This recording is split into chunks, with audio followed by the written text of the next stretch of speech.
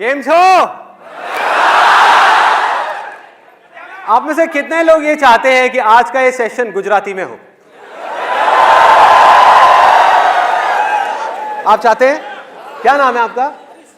तो हरीश भाई आप ही कर लो। मुझे जितनी गुजराती आती थी मैं ऑलरेडी बोल चुका हूं। केम छो मजामा, बस। तो आज का ये सेशन शुरू करने से पहले मुझे यहां स्टेज पर 4 वॉलंटियर्स चाहिए। 1 मिनट, शांत गदाधारी भीम, शांत। पहले पूरा सुन लो कि करना क्या है। आपको 1 मिनट का टाइम मिलेगा और उस 1 मिनट के अंदर अंदर आपको कुछ भी बोल करके, कुछ भी अजीब अजीब सी हरकतें करके यहाँ पर जो ऑडियंस बैठी है उसको हंसाना है, उनको हंसाना है। अब हाथ उतने ही हैं, थोड़े कम हुए हैं? हाँ, काफी कम हो गए। भीम ने अपनी गदा डाल दी, बस हो गया काम। आगे और सुन लो, अभी यहाँ पे खत्म नहीं हुआ खेल। आपको यहाँ पर आकर के हंसाना है और एक छोटी सी कंडीशन है उसके अंदर कि आपको कोई संता बनता का जोक नहीं सुनाना, कोई भी जोक नहीं सुनाना, किसी दूसरे का मजाक नहीं उड़ाना, खुद का मजाक उड़ाना है। खुद के फेलियर्स का, खुद की वीकनेसेस का मजाक उड़ाना है यहां पर स्टेज पर आकर के। और उन चारों में से जिसने भी सबसे ज्यादा हंसाया, यहां पर जो लोग बैठे हैं उनको, उसको एक ट्रॉफी मिलेगी।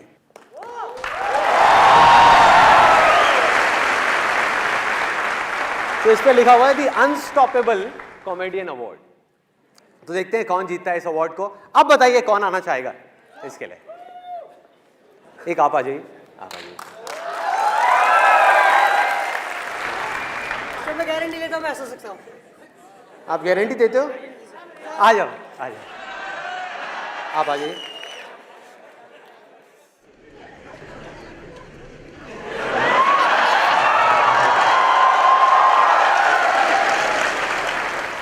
ये मेरा डिवोर्स कराएगी। Let's give a big hand for all of them. तो कौन सबसे पहले आना चाहेगा आप चारों में से? You will? Very good, let's give a big hand for. क्या नाम है आपका? Khushboo. Let's give a big hand for खुशबू।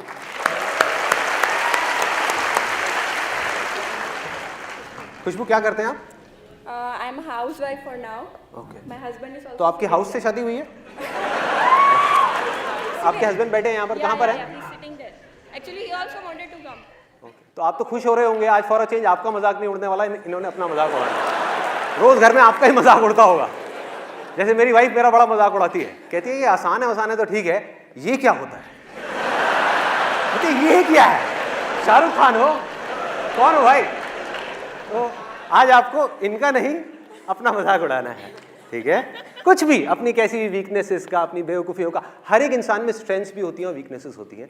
और ये सब क्यों हो रहा है, इसके पीछे क्या लॉजिक है, क्या मोटिव है मेरा, ये होने के बाद में आप लोगों को बताऊंगा कि इसके पीछे इसका आज के सेशन से क्या कनेक्शन है। Let's give a big hand for खुशबू।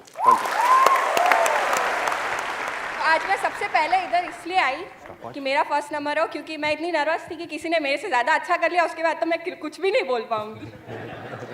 अच्छा, आज हम यहाँ पे आने वाले थे। मेरे हस्बैंड एक्चुअली थोड़ा संदीप जी के अगेंस्ट है, इसीलिए मैं उनको इधर लेके आई हूँ। आज और अगेंस्ट हो जाएंगे, जो मैंने कहा है उसके बाद और against. Because I really love him and he is so against me. मैंने उनको सेशंस में उनके ज़बरदस्ती दिखाती हूँ। उनको पता भी नहीं था कि मैंने उनका रजिस्ट्रेशन किया है।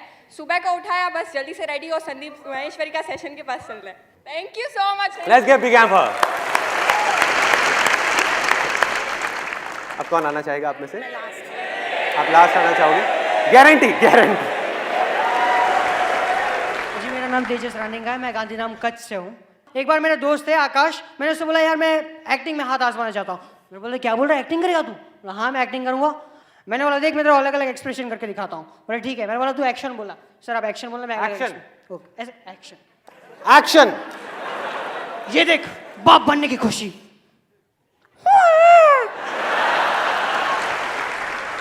एक और सैड सीन। एक्शन बोलना यार, एक्शन बोल। एक्शन यार, एक्शन। सॉरी भाई, सॉरी। ये देख माँ के जाने का गम, एक्सप्रेशन देखना। ओ जाने वाले क्यों चला गया। बहुत बढ़िया, बहुत बढ़िया। Love you sir. Pack up, spot boy ने पैकअप बोल दिया।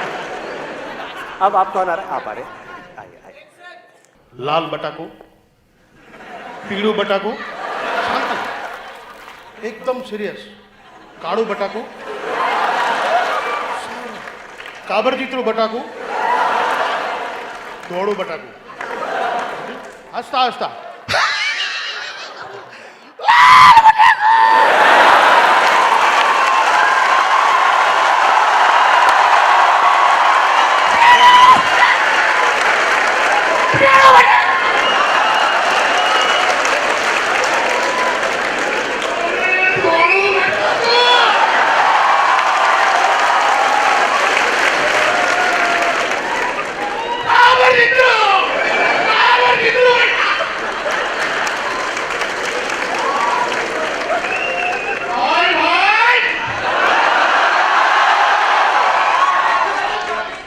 Time up बटाकू। बहुत बढ़िया। मुझे समझ नहीं आया इन्होंने क्या कहा, लेकिन सुनने में अच्छा लग रहा था, देखने में भी मजा आया। क्या मतलब होता है वैसे बटाकू का? आलू, आलू, जस्ट आलू, अच्छा, आलू। रेड आलू, व्हाइट आलू, बट डिफरेंट टाइप ऑफ, रोते रोते हंसते हंसते। अरे वाह, क्या बात है। मतलब आलू की इतनी वैरायटी, कमाल कर दिया। आपका क्या नाम है? Naina. Naina. Okay, let's give a big hand for Naina.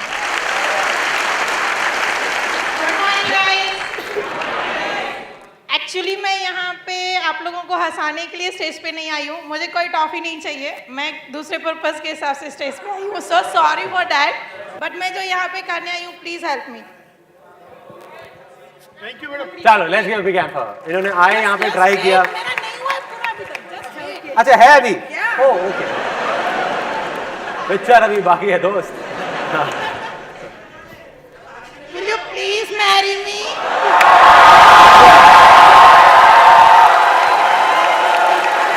Listen guys, please.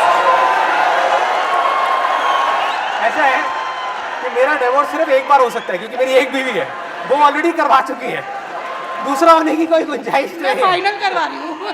एक बार हो जाए उसके बाद। आसान है भैया, आसान है। मत हक तो बनती है संदीप जी के साथ।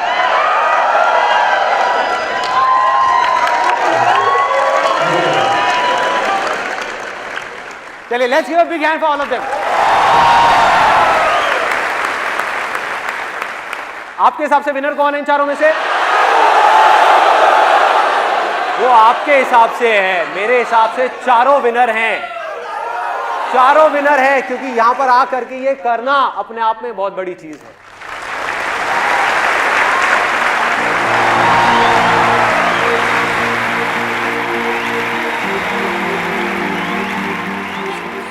डर क्यों रहे इतना? यार पता नहीं अब आप क्या कर दो, पहले आपने प्रपोज कर दिया, फिर हक कर दिया, पता नहीं क्या करोगे, डर तो लगता है ना भाई।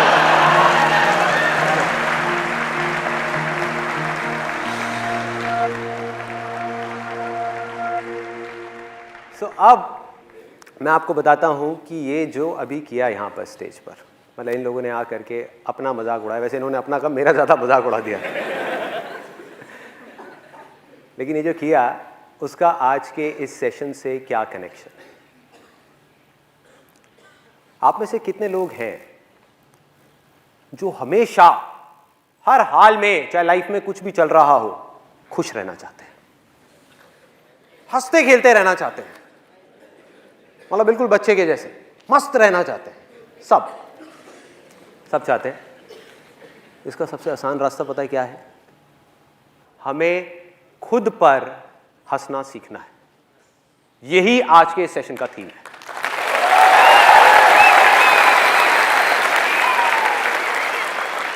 How to learn to laugh at ourselves. क्योंकि दूसरों की वीकनेसेस पर हंसना, दूसरों के फेलियर्स पे हंसना, ये तो पूरी दुनिया करती है। मजा तब है जब हम खुद की वीकनेसेस पर, खुद के फेलियर्स पर दिल खोल करके हंस सके, बिना किसी झिझक के, बिना किसी डर के। सिर्फ दिखाने के लिए नहीं कि अगर एक ग्रुप में खड़े हैं 10 लोगों के साथ में और हमारा मजाक उड़ रहा है तो मुंह पे ऊपर ऊपर तो हंस रहे हैं, अंदर अंदर गालियां दे रहे हैं। ये बोल ले बेटा, तू मुझे बोल, मैं तेरे को बोलूंगा अभी थोड़ी देर बाद। तू मेरी नाक के बारे में बोल, मैं तेरे दांत के बारे में बोलूँगा। तो करना क्या है कि अगर हंस रहे हैं तो खुल के हंस रहे हैं, दिखाने के लिए नहीं, उनके साथ हंस रहे हैं।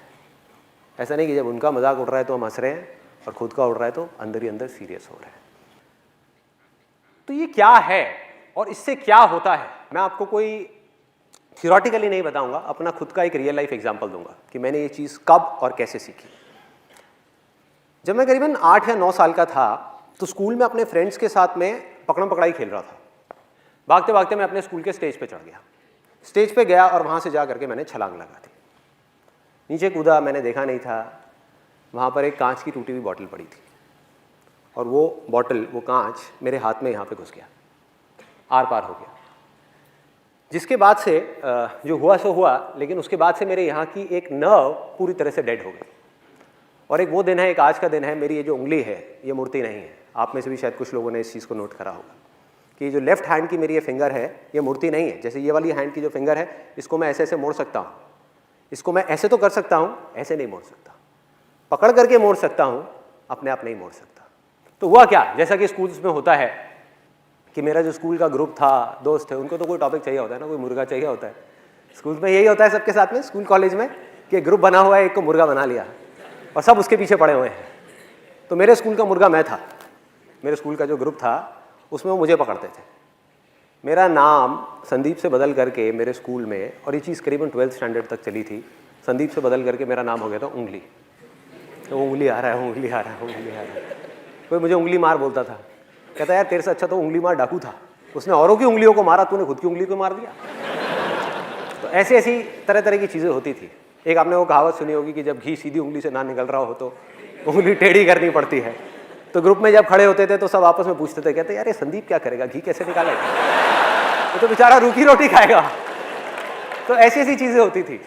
और भी कोई भी टॉपिक चल रहा होता था, कोई भी, मतलब किसी और टॉपिक के बारे में बात हो रही है और सबका हंसने का मन कर रहा है, तो वो घूम फिर के फिर मेरी उंगली पे आ जाते थे। तो उस टाइम पे क्या होता था, 12th स्टैंडर्ड तक मुझे बहुत गुस्सा आता था जब भी कोई मेरा इस तरीके से मजाक उड़ाता था। बाहर बाहर से मैं दिखाने के लिए कई बार हंसता था, लेकिन अंदर ही अंदर मेरी फ्रस्ट्रेशन बढ़ती चली जा रही थी। कई कई बार मेरी लड़ाई हो जाती थी उन लोगों से।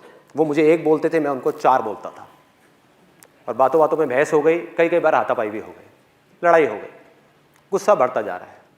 12th स्टैंडर्ड पहुँचते पहुँचते मेरी जो फ्रस्ट्रेशन है वो 2 चीज़ों को लेकर के बढ़ गई। एक, ये जो लोग मेरा मजाक उड़ा रहे थे उनसे रिलेटेड, जो भी मेरे दोस्त थे, सो कॉल्ड दोस्त। दूसरी मेरी फ्रस्ट्रेशन बढ़ गई भगवान से, कि आपने मेरे साथ में ऐसा क्यों किया, कि अगर उस दिन वो बॉटल वहाँ नहीं होती और मेरी उंगली यहाँ पे इस तरीके से नहीं हुई होती, क्योंकि बच्चे का दिमाग ऐसे ही होता है, तो मेरे को अंदर ही अंदर फ्रस्ट्रेशन हो गई कि यार काश मेरे साथ में ये नहीं हुआ होता, मेरी उंगली ठीक होती तो मेरा इतना मजाक नहीं उड़ता जितना अभी उड़ रहा है, मतलब हर बात पे मजाक। तो ये थी मेरी 12th स्टैंडर्ड तक की लाइफ। उसके बाद में मैं कॉलेज में गया और वहाँ पर मेरा एक दोस्त बना, उसको पोलियो था और वो सीधे तरीके से चल नहीं सकता था, तो उसके पास में हमेशा बैसाखियाँ होती थी जिसके सहारे से वो चलता था। उस बंदे की एक खास बात थी कि उसको कभी भी, मतलब मैं कॉलेज में 2 साल रहा हूँगा और मैंने कभी भी उस बंदे को इतना सा भी परेशान नहीं देखा, किसी ने नहीं देखा, मतलब उसके चेहरे पे शिकन तक नहीं, यहाँ पर सलवटे तक नहीं, हमेशा हंसता खेलता रहता मज़े में। और उसकी क्वालिटी क्या थी, जो मैंने लाइफ में पहली बार ऐसा एक बंदा देखा था, पहली बार, कि वो खुद की वीकनेसेस का, खुद की कमियों का खुल करके मजाक उड़ाता था। और लोगों को जहां पर उसके ऊपर तरस आता था, उसको नहीं आता था अपने ऊपर तरस, वो अपना मजाक उड़ाता और सब हंसते और सब उसको प्यार करते। मतलब खुद तो अपना मजाक उड़ाता था और हंसता था और सब साथ में हंसते थे, लेकिन उसका मजाक कोई नहीं उड़ाता था। तो ये चीज़ मेरे लिए नई थी और मैंने उसको ऑब्जर्व करना शुरू किया, उसके साथ में रहा, उससे इस चीज़ को मैंने सीख लिया। इस क्वालिटी को जो उस बंदे के अंदर थी, मैंने कहा कि नहीं, मुझे भी ऐसा ही बनना है, मुझे इस चीज़ को सीखना है कि खुद पर कैसे हंसा जाता है। और इसको मैंने प्रैक्टिस करना शुरू किया। पहले अपना थोड़ा थोड़ा सा मजाक उड़ाया, ये किया वो किया, अपनी वीकनेसेस का, अपनी उंगली का ही मैंने थोड़ा थोड़ा मजाक उड़ाना शुरू कर दिया, थोड़ा थोड़ा। तो मैं बाहर से कोशिश तो कर रहा था मजाक उड़ाने की, लेकिन अंदर ही अंदर उड़ा नहीं पा रहा था। लेकिन इस चीज़ को प्रैक्टिस करते करते कुछ महीने बाद मैं इस चीज़ में परफेक्ट हो गया, मतलब फिर मुझे बिल्कुल भी झिझक नहीं होती थी। और मैं आपको एक अपना एक बहुत ही एम्बैरेसिंग एक्सपीरियंस बताता हूँ लाइफ का, जो अगर पहले वाला संदीप होता, मतलब कि वो स्कूल वाला संदीप, तो वो बैठ करके रोता चीखता चिल्लाता। लेकिन ये जो कॉलेज वाला संदीप था, जो सीख गया था अपने ऊपर हंसना, उसने बड़ा एंजॉय किया, उसके लिए वो मज़ा था, मस्ती थी। आप में से कितने लोग बस में ट्रैवल करते हैं, भरी हुई बस में, जिन्होंने अच्छे से ट्रैवल किया है या पहले कभी किया है? ऑलमोस्ट सब ने। तो आप लोग बड़े आराम से रिलेट कर पाएंगे कि मैं क्या बोलने वाला हूँ। मैं कॉलेज से अपने घर आ रहा था एक बस के अंदर, और वो बस पूरी खचाखच भरी हुई थी। और बस में ट्रैवल करने की मेरे को सबसे ख़राब चीज़ ये लगती है कि उसमें जब बस पूरी तरह से भरी होती है तो सबके हाथ ऐसे होते हैं, और ज़्यादातर लोगों ने डिओड्रेंट नहीं लगाया होता। आप लोगों ने शायद ये प्रॉब्लम फेस करी होगी। तो हुआ क्या कि मैं ऐसे ही बस में ट्रैवल कर रहा, बस पूरी भरी हुई, और मुझे एक बड़ी अच्छी खुशबू आई, मतलब कमाल के एक परफ्यूम की खुशबू। और मैंने कहा यार ये क्या है, जहन्नुम में जन्नत दिख रही है, ये क्या है ये? मैं मतलब उसमें खो गया उस खुशबू में। और मैंने अपने दोनों तरफ देखा, मैंने कहा ये कहाँ से आ रही है? तो मैंने पहले इधर देखा, इधर से नहीं थी। उधर देखा तो मेरे पीछे लेफ्ट साइड में एक लड़की खड़ी हुई थी, और उसने परफ्यूम लगाया। ये लड़की के नाम पे वो करने वाली बात। और जैसे मेरी नज़र पड़ी कि ये इस लड़की में से ये परफ्यूम की खुशबू आ रही है, तो मेरे फेस पे हल्की सी स्माइल आ गई। और ये स्माइल उस लड़की को देख करके नहीं आई थी, क्योंकि आप लोगों को बैकग्राउंड पता है, उसको नहीं पता था। ये स्माइल आई थी उसके परफ्यूम की वजह से, कि मैंने देखा और मैंने कहा कितना अच्छा परफ्यूम है। तो हल्की सी स्माइल आई, लेकिन उस लड़की को ये डाउट हो गया कि मैं उसको छेड़ रहा हूँ, मैं उसमें लाइन मार रहा हूँ। और वो बिल्कुल गुस्से से मेरे को घूरने लग गई, मतलब उसने गुस्से वाली मेरे को लुक दी, और मैंने फटाफट से अपना मुंह नीचे कर लिया। मैंने कहा भाई पिटना नहीं है तो मुंह नीचे कर लो, भीड़ यहाँ पे बहुत है, बहुत मारेंगे सब मिल करके। तो मैं अपना आराम से ऐसे ही खड़ा हुआ। उसके 10-15 मिनट बाद में, गर्मी बहुत ज़्यादा थी, गर्मियों का टाइम था, और मेरे फेस पे पसीना आया। तो मैंने क्या किया, अपनी जेब में हाथ डाला रुमाल निकालने के लिए। अब ध्यान से देखो मेरा हाथ कैसा है, क्योंकि मैं आपको बता चुका हूँ कि मेरी उंगली मुड़ती नहीं है। तो मैं गया, मैंने जा करके अपनी जेब में हाथ डाला, रुमाल निकाला, और जब रुमाल निकाल रहा था तो वो उंगली जा करके उस लड़की के पैर पे टच हो गई। उसके पैर पे टच हो गई। आपने वो कहावत सुनी होगी, कंगाली में आटा गीला। बिल्कुल ऐसे ही कुछ मेरे साथ में हुआ कि पहले ही मेरी पिटने वाली हालत थी, और ऊपर से वो उंगली जा करके उसके पैर पे टच हो गई। मैं रुमाल लेकर के चुपचाप अपने फेस पे आया, और मेरी हालत ख़राब। मैं मन ही मन सोच रहा, मैंने कहा भाई अब क्या करूँ? 2 ऑप्शन है मेरे पास में। एक तो ये है कि पलट करके इसको फटाफट से सॉरी बोल दूँ, लेकिन उसमें एक रिस्क है कि क्या हो अगर उसको पता ही नहीं है कि उंगली मेरी थी इतनी भीड़ में।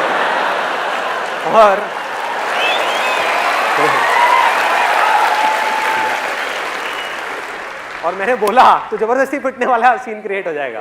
वो कहेगी अच्छा मेरे को उंगली मारी, तूने मारी? तो मैंने कहा भाई, तो मैं दूसरा ऑप्शन मेरे पास में ये था कि मैं चुप रहूँ, आराम से देखता रहूँ, मुंह नीचे करके ऐसे रिएक्ट करूँ जैसे कुछ हुआ ही नहीं है।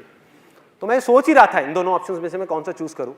इतनी देर में मेरे यहाँ पर राइट साइड में पीछे से किसी का हाथ आया, मतलब तगड़ा, जैसे सनी देओल का हाथ है ना, 2.5 किलो का हाथ, वो आया यहाँ पे, थड़ थड़ थड़ ऐसे करके। ओए, पीछे से आवाज़ आई, ओए। मैंने पीछे पलट करके देखा, और उस लड़की के साथ में एक लड़का खड़ा हुआ था, बॉडी बिल्डर टाइप का।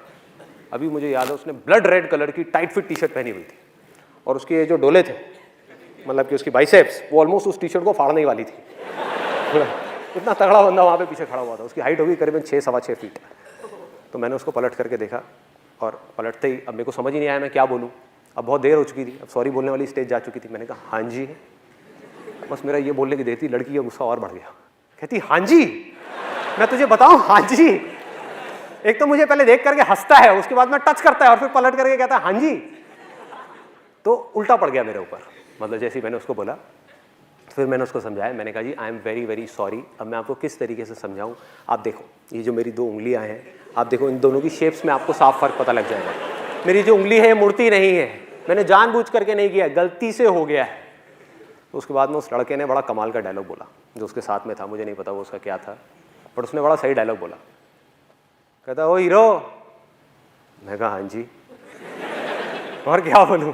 मैं कहा हाँ जी। कहता है मेरा हाथ दिख रहा है, ये भी अगर एक बार पढ़ना शुरू हो जाए ना तो रुकता नहीं है, जैसे तेरी उंगली मुड़ती नहीं है।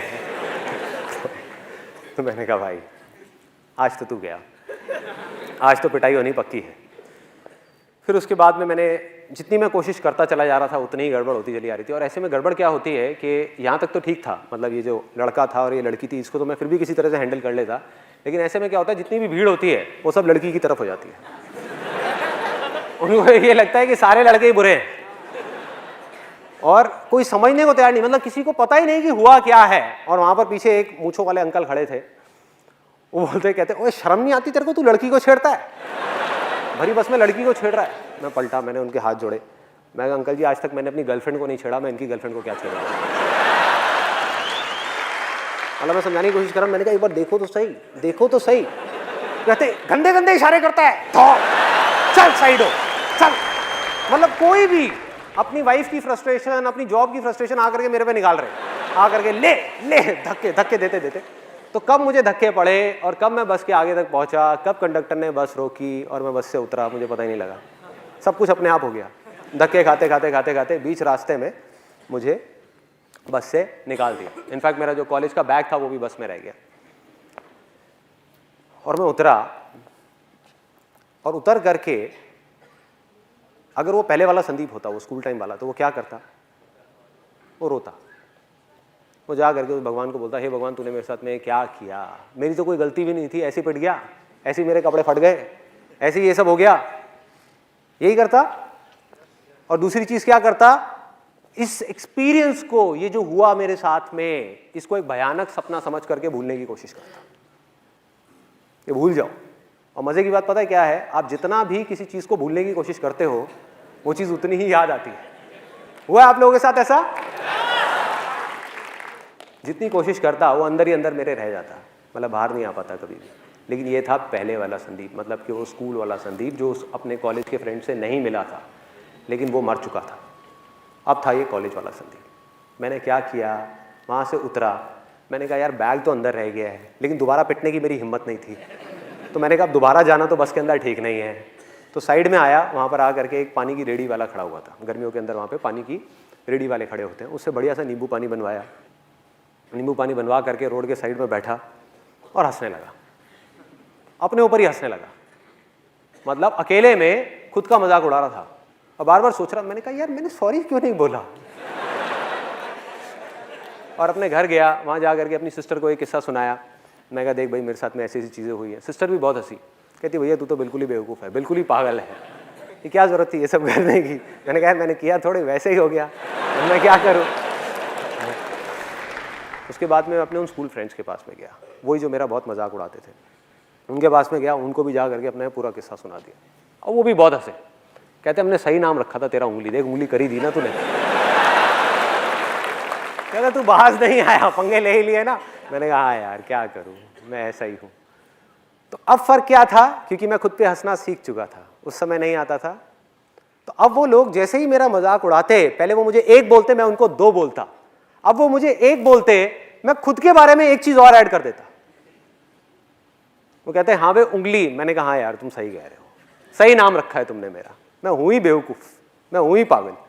तो ये करते करते हुआ क्या, मजे की बात मेरे को अभी भी याद है, उनमें से एक लड़का जो मेरा सबसे ज्यादा मजाक उड़ाता था स्कूल टाइम में, उसने बोला, जब ऐसे ही कुछ देर तक ये चलता रहा, तो उसने बोला, कहता भाई संदीप तू बिल्कुल बदल गया है, तू तो बिल्कुल ही बदल गया है। और उसकी जो टोन थी ना बोलने की, वो खुशी वाली टोन नहीं थी। He was in a state of shock। वो सदमे में था कि भाई ये हुआ क्या इस लड़के को, वो सदमे में था। क्यों? क्योंकि उसकी पावर उसके हाथ से चली गई थी। सोचो किसी के हाथ में बहुत ज्यादा पावर हो और वो एकदम से चली जाए रातों रात, तो क्या होगा, वो कैसे रिएक्ट करेगा, वो शॉक में आ जाएगा ना, कहेगा भाई ये क्या हुआ है, ये हो क्या रहा है। क्योंकि उसकी पावर थी क्या, उसकी पावर थी मेरा गुस्सा। मुझे गुस्सा आता था और वो मुझे गुस्सा दिलाता था। मैं चिढ़ता था, वो मुझे चिढ़ाता था। मैंने चिढ़ना बंद कर दिया, अब वो किसको चिढ़ाएगा। सोचो, उसकी पावर गायब, उसके जोक्स फेल, पूरी तरह से फेल। मतलब वो कुछ भी कोशिश करता हो फेल, किसी को हंसी नहीं आती। उसके बाद में जो मैं अपने बारे में बोलता हूं उसमें ज्यादा हंसी आती। तो ये मेरा लाइफ का छोटा सा मैंने आपको एक्सपीरियंस बताया कि किस तरह से अगर हम अपने अंदर एक इतना छोटा सा चेंज लेकर के आ जाए तो किस तरह से हमारी लाइफ एक बिल्कुल ही अलग डायरेक्शन पे निकल जाती है। सोचो मेरे अंदर का गुस्सा मर गया, फ्रस्ट्रेशन गायब हो गई, दुख गायब हो गया, क्योंकि अब मुझे हंसने के लिए किसी और की जरूरत नहीं थी, टीवी देखने की जरूरत नहीं थी, खुद के ऊपर अकेले में बैठ करके हंस सकता था। कितना कुछ मिल गया छोटी सी चीज़ के थ्रू। और आपने भी शायद ये चीज़ नोट करी होगी कि जब मैं स्टेज पर होता हूँ या वैसे भी रियल लाइफ में भी, कि किसी भी तरह का कोई भी जोक क्रैक करने में, चाहे कितने भी लोग बैठे हों, चाहे 10 लोग बैठे हों, चाहे 10,000 लोग बैठे हों, मुझे 1% भी दिक्कत नहीं होती। हुआ क्या है कि आज मुझे अच्छे तरीके से समझ आ चुका है कि मैं चाहे कैसा भी जोक क्रैक करूं यहां पर, कैसा भी, अच्छा हो या बुरा हो, एक चीज गारंटीड है, आप लोगों ने हंसना ही हंसना है।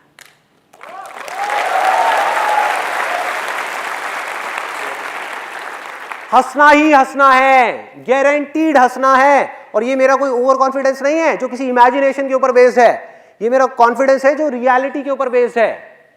और मैं बताता हूं कैसे मैं ये बात बोल रहा हूं। मैंने कोई जोक क्रैक किया या कुछ बोला यहां पर आकर के, अगर आपको जोक समझ आ गया तो आप क्या करोगे? हंसोगे, उस जोक के ऊपर ठहाके मार मार के हंसोगे, खुल के हंसोगे। और अगर वो जोक समझ नहीं आया तो क्या होगा? तब भी आप हंसोगे। फर्क ये है कि आप मन ही मन मेरे जोक के ऊपर नहीं, मुझ पर हंसोगे कि कितना बेवकूफ आदमी है, ये तो पागल है बिल्कुल ही। मन ही मन आप हंसे ना, तो हुआ वो जो मैं चाहता था। मेरा मकसद क्या था? मेरा मकसद क्या था? ये नहीं था कि आप मेरे जोक के ऊपर हंसो, ये था कि आपकी जिंदगी में थोड़ी सी खुशी आ जाए, बस। अब इससे क्या फर्क पड़ता है कि आप मेरे जोक के ऊपर हंसो या मुझ पर हंसो? क्या फर्क पड़ता है? हाँ, या मेरी बेवकूफियों पे हंसो, या मेरे फेलियर्स पे हंसो, या मेरी वीकनेसेस पे हंसो। होता क्या है, जब हम धीरे धीरे इस रास्ते पे चलते हैं तो वो दिन दूर नहीं है जब सिर्फ हम अपनी छोटी छोटी वीकनेसेस का मजाक नहीं उड़ाते, बल्कि बड़े से बड़े फेलियर का भी मजाक उड़ा सकते हैं। बड़े से बड़े फेलियर का सोचो, ये क्या है? एक प्रॉब्लम है जिसके बारे में मैंने अपने लास्ट लाइफ चेंजिंग सेमिनार में बात करी थी। One of the biggest fears in the world, मतलब इस दुनिया में जितने भी डर हैं आपकी लाइफ में, उनमें से सबसे बड़े डरों में से एक वो था, सबसे बड़ा रोग। आप में से इतने सारे लोग यहां पर बैठे हुए हैं और मैं गारंटी के साथ कह सकता हूं कि जो आप कर सकते हैं, मतलब कि जो आपका पोटेंशियल है, आपको पता है अंदर से कि मैं ये कर सकता हूं, आप करना चाहते हैं, फिर भी नहीं कर रहे। क्यों? क्योंकि अंदर ही अंदर बहुत गहराई में एक्सक्यूजेस दे रहे हो कि मैं इस वजह से नहीं कर रहा, उस वजह से नहीं कर रहा। रीजन कुछ और है। रीजन क्या है कि अंदर ही अंदर कहीं ना कहीं एक डर बैठा हुआ है कि यार मैं सक्सेसफुल हो गया तो बढ़िया है, अगर फेल हो गया तो मेरा कितना मजाक उड़ेगा। ये आता है अंदर से, ये डर हमको आगे बढ़ने से रोकता है, सबको रोकता है। किसी के अंदर कम है, किसी के अंदर ज्यादा है, सबके अंदर होता है ये डर। तो धीरे धीरे अगर आपने इसको प्रैक्टिस करना शुरू किया, अपने ऊपर हंसना शुरू किया, तो वो दिन दूर नहीं है भैया जब ये डर पूरी तरह से आपके अंदर से निकल जाएगा। आपको रत्ती भर भी फर्क नहीं पड़ेगा कि वो लोग आपके बारे में क्या सोचते हैं, क्या बोलते हैं, क्या कहते हैं। जिसका जो काम है उसने वही करना है। आप कुछ अच्छे से अच्छा भी कर लो ना लाइफ में, आप जा करके हिमालय के ऊपर जा करके झंडे गाड़ दो माउंट एवरेस्ट के ऊपर, तब भी जिसने आपके ऊपर हंसना है वो हंसेगा, वो कहेगा देखो पागल है, कहां पहुंच गया। तो कहेगा क्या जरूरत थी, तो कहेगा ये कोई काम है करने वाला, घर पे बैठो, टीवी देखो, खाओ पियो, मस्त रहो, क्या जरूरत है कुछ करने की। तो जिसने मजाक उड़ाना है, जिसका बेसिक नेचर है नेगेटिव चीजों को देखने का, वो नेगेटिव ही देखेगा भाई। तो फर्क क्या पड़ता है? और ये एक छोटी सी क्वालिटी है जो आप उन सब लोगों में देखोगे इस पूरे दुनिया में, जो भी लोग अपनी जिंदगी को खुल करके जी रहे हैं, चाहे कोई भी हो, उन्हें इतना सा भी फर्क नहीं पड़ता कि दुनिया उनके बारे में क्या सोचती है, क्या बोलती है। It does not make any difference to them. तो जीना है तो क्या करना है? खुल के जीना है और खुद पर हंसना है। खुद का मजाक उड़ाने से कभी भी पीछे नहीं हटना है, क्योंकि इससे होता क्या है, सिर्फ इतना नहीं होता, इसके और एक स्टेप और अंदर जाते हैं, थोड़ा और डीप में जाकर के देखते हैं क्या होता है। कि जैसे जैसे आपको खुद की वीकनेसेस का मजाक उड़ाना आ गया, खुद की बेवकूफियों का, खुद की कमियों का, खुद के फेलियर्स का, तो धीरे धीरे ये जो सक्सेस है ना, सक्सेस जो हमको मिलती है, हम उसका भी मजाक उड़ा पाएंगे। अपनी सक्सेस का, किसी और की सक्सेस का नहीं। और की सक्सेस का तो दुनिया मजाक उड़ाती है कि अपने पड़ोसी के पास में अपने से बड़ी गाड़ी आ गई, जरूर कोई गलत काम कर रहा है, जरूर कोई गड़बड़ काम कर रहा है। होता है खुद की सक्सेस का। और देखो इससे क्या होगा, मैंने आज तक अपने सेशंस में ये इस टॉपिक को बहुत ज्यादा टच किया है कि सक्सेसफुल होने के लिए आपको क्या करना है, लेकिन मैंने इस टॉपिक को टच नहीं किया कि सक्सेसफुल होने के बाद क्या करना है। क्योंकि जहां आप सक्सेसफुल हुए, आपके पास में, आपकी फील्ड में आपका नाम हुआ, आपके पास में पैसा आया, आपके पास में पावर आई, तो आप चाहो ना चाहो उस सक्सेस ने आपके दिमाग पर चढ़ना ही चढ़ना है, गारंटीड चढ़ना है। आपके अंदर अहंकार आना ही आना है, आपकी ईगो ने बढ़ना ही बढ़ना है। और जिसके अंदर अहंकार आया, जिसके अंदर ईगो आई, वो अंधा अकड़ गया। जो भी अकड़ा समझो वो मर गया। क्या होता है ऐसे लोगों के साथ में, उनके अंदर का बच्चा मर जाता है। जहां ये सक्सेस, जब तक कि ये हमारे पैर की जूती पे है तब तक ठीक है, जहां ये सर पे चढ़ी, गड़बड़ शुरू। आप खुल करके वो कर ही नहीं पाओगे जो आप करना चाहते हो। ईगो बढ़ती चली जाएगी, अकड़ बढ़ती चली जाएगी। पता कैसे लगेगा आपको ये चीज़ हो रही है? जब भी ज़िंदगी में हंसी छिन जाए, सीरियस हो जाओ, माथे पे सलवटें पड़नी शुरू हो जाएं, अकड़ जाओ, हमेशा अकड़े अकड़े रहो, तो समझ जाओ आप गलत ट्रैक पे जा रहे हो। उस समय वक्त है अपने फेलियर्स का नहीं, अपनी सक्सेस का मजाक उड़ाने का। अरे क्या हो गया तो टेम्पररी है, नाम भी टेम्पररी है, सक्सेस भी टेम्पररी है, और मेरे हाथ की चीज़ नहीं है। सीरियस होना है तो काम के बारे में सीरियस होना है। जो काम मैं कर रहा हूं उसको पूरी ईमानदारी से करना है। नाम का क्या है? नाम और बदनाम में कितनी देर का फर्क है? कुछ सेकंड्स का। तो इस चीज को लेकर के क्यों सीरियस होना है? सक्सेस को लेकर के क्यों सीरियस होना है? पैसे को लेकर के क्यों सीरियस होना है? इन सब चीजों को लाइटली लेना है। सिर्फ फेलियर्स को नहीं, सक्सेस को भी लाइटली लेना है, और पूरी तरह से आजाद रहना है, पूरी तरह से खुल के जीना है अपनी लाइफ को। मतलब कि बिल्कुल वैसे ही रहना है, कुछ भी हो जाए, कितना भी ऊपर लेवल पे आप पहुंच जाओ, बिल्कुल वैसा ही रहना है जैसा आप तब थे जब आपने अपने करियर की शुरुआत करी थी, जब आप छोटे से बच्चे थे। दिल में वो बच्चा मरना नहीं चाहिए। भागना है, उठना है, गिरना है, फिर चलना है, फिर हंसना है, खिलखिलाना है, रोना है, जो मन कर रहा है अंदर से वो करते चले जाना है। मतलब कि दिमाग होना चाहिए बुद्ध के जैसा, और दिल होना चाहिए एक छोटे से बच्चे के जैसा।